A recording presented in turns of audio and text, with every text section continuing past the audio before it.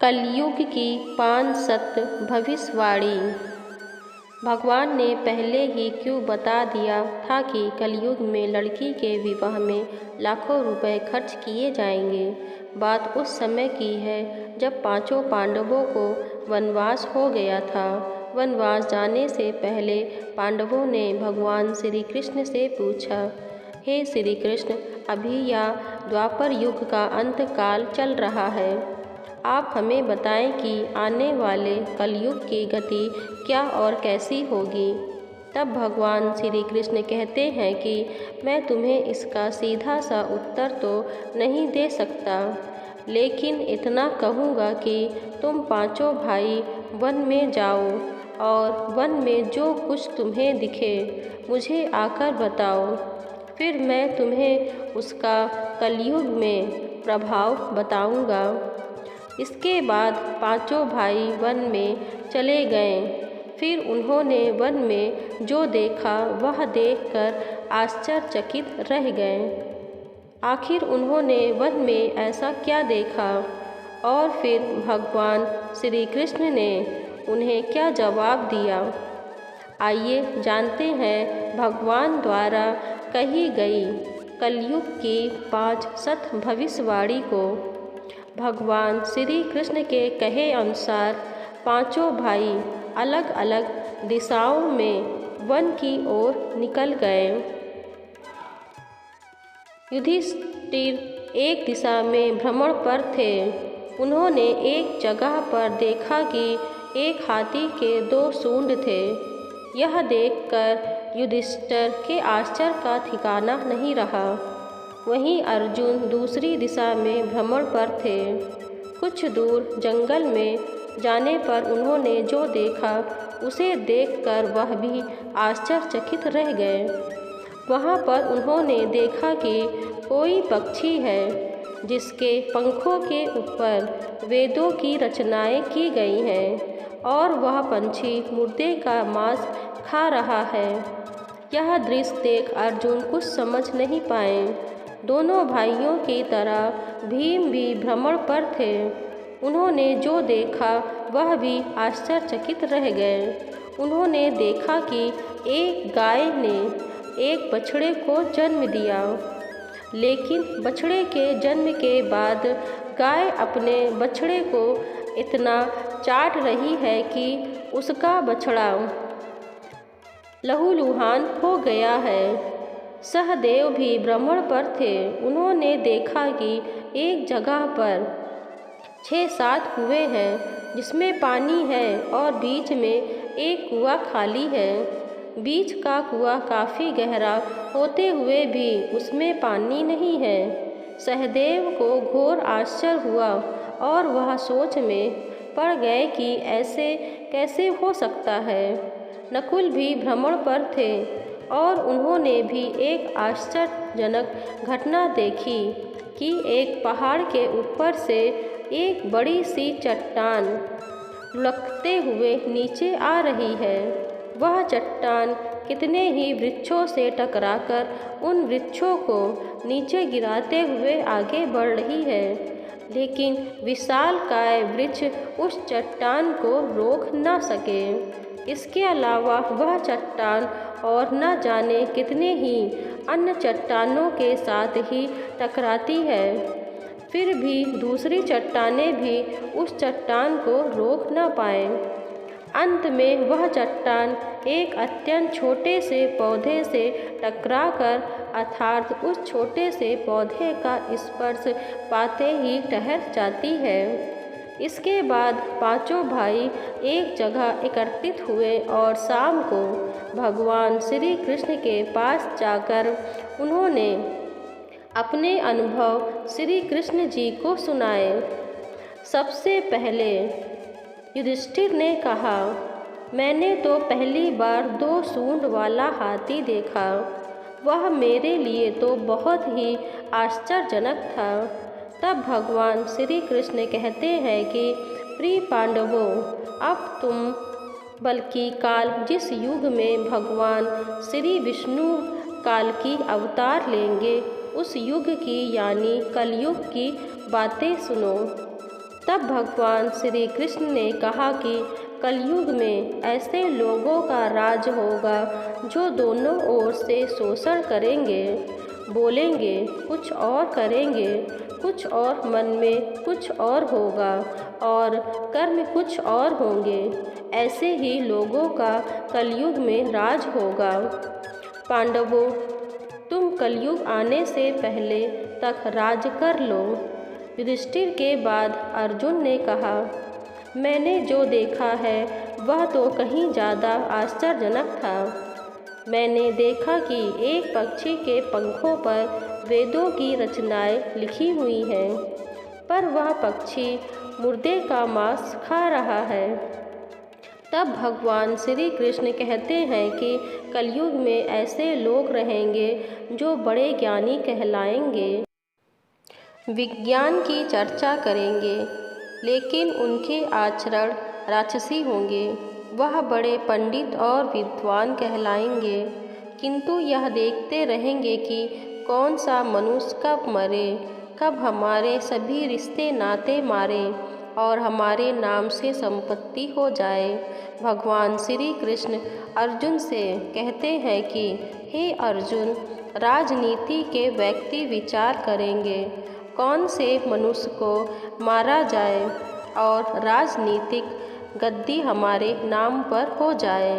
कलयुग के लोग हर जाति धर्म पर प्रमुख पदों पर बैठकर विचार करेंगे कि कब किसका श्राद्ध हो और कौन कब किस पद से हटे और हम उस पद पर चढ़कर बैठ जाएं। चाहे कितने भी बड़े लोग हों, परंतु उनकी दृष्टि धन और पद के ऊपर ही रहेगी। ऐसे लोगों की ही बहुतायत होगी और कलयुग में ऐसे लोगों का ही राजकाज होगा। अर्जुन के बाद भीम ने अपना अनुभव भगवान श्री कृष्ण को सुनाया। भीम ने कहा कि मैंने तो यह देखा कि एक गाय अपने बछड़े को जन्म देने के बाद इतना चाटती है कि बछड़ा लहूलुहान हो जाता है। तब भगवान श्री कृष्ण कहते हैं कि कलयुग का मनुष्य शिशुपाल हो जाएगा। कलयुग में माताओं की अपने बच्चों के लिए ममता इतनी बढ़ जाएगी कि उन्हें अपने विकास का अवसर ही नहीं मिलेगा। मोह माया में ही घर बर्बाद हो जाएगा। किसी का बेटा घर छोड़कर साधु बनेगा तो हजारों लोग उस साधु के दर्शन करने को तरसेंगे, और यदि उनके अपने बेटे ने साधु बनना चाहा तो रोएंगे कि मेरे बेटे का क्या होगा। इतनी ज़्यादा ममता होगी कि लोग अपने बच्चे को उसे मोह माया और परिवार में ही बांध कर रखेंगे। उसका जीवन वहीं खत्म हो जाएगा। तब भगवान श्री कृष्ण भीम को समझाते हुए कहते हैं कि हर मनुष्य को यह जानना जरूरी है कि वास्तव में लड़के तुम्हारे नहीं हैं, वह तो बहुओं की अमानत है और लड़कियां जमाइयों की अमानत है। तुम्हारा यह शरीर मृत्यु की अमानत है और तुम्हारी आत्मा परमात्मा की अमानत है। इसलिए तुम्हारा अपने साथ संबंध को जानना आवश्यक है।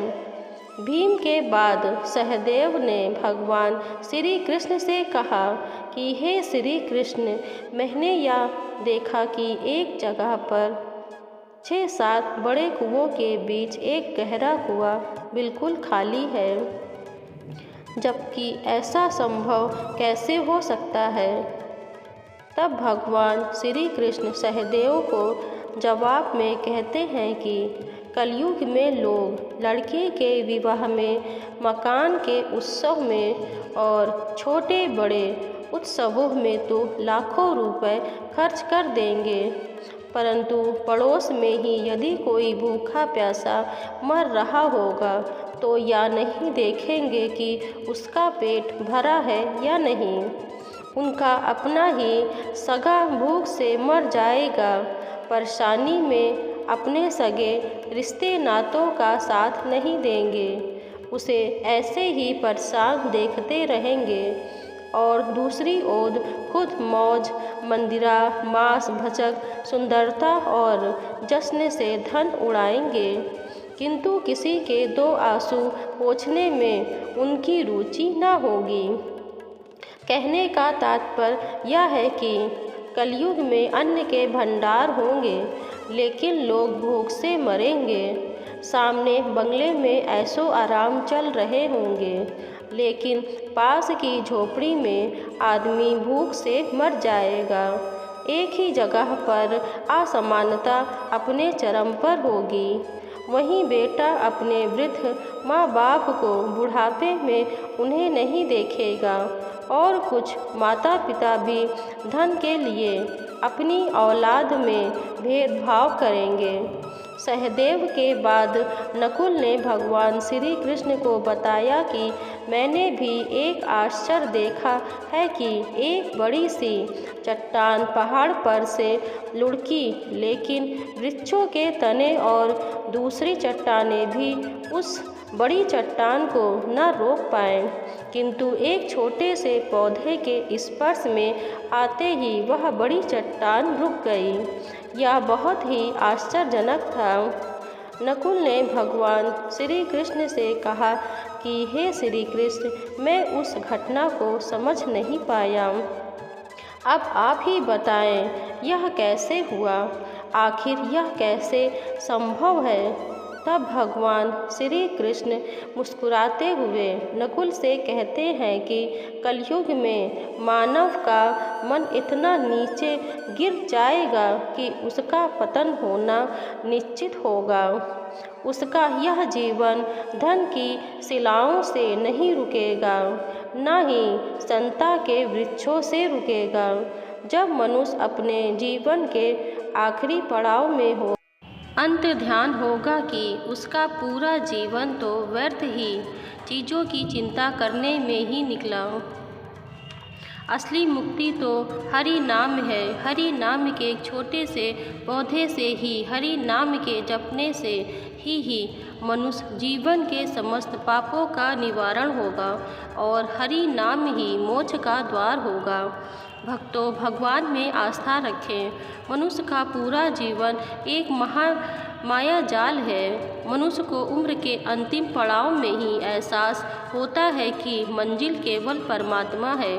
यही पड़ाव पूरे जीवन के कर्मों का लेखा जोखा दिखा देता है। इसलिए केवल हरि नाम ही कलयुग में मोक्ष पाने का एकमात्र सहारा है। ये वीडियो आपको कैसा लगा हमें कमेंट करके ज़रूर बताएं और हमारे चैनल पर नए आए हैं तो सब्सक्राइब ज़रूर करें। धन्यवाद।